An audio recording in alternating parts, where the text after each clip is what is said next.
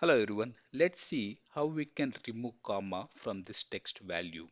So we can use three methods. One is replace function, substitute and text to column. So first let's see the replace function. So I just copy this entire data, control C and control V. And now I select the entire data and then control H. So you will find and replace dialog box. So in this find what, so we have comma, so type it comma and replace with, so you need to keep it blank and replace all. Click OK, close. Now you can see all those commas are removed. So now let's see the next function, next method using substitute function.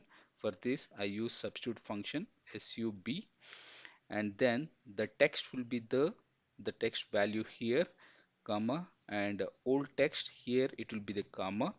So I use double quote, comma, double quote. Then next one is new text. So here let's keep it blank, close bracket, press enter. Let's extend this formula. Here is the result. And next one is the text to column. Let me remove this, copy the data here, control V. Here I select the entire data and then go to home tab, sorry, data tab. Here text to column.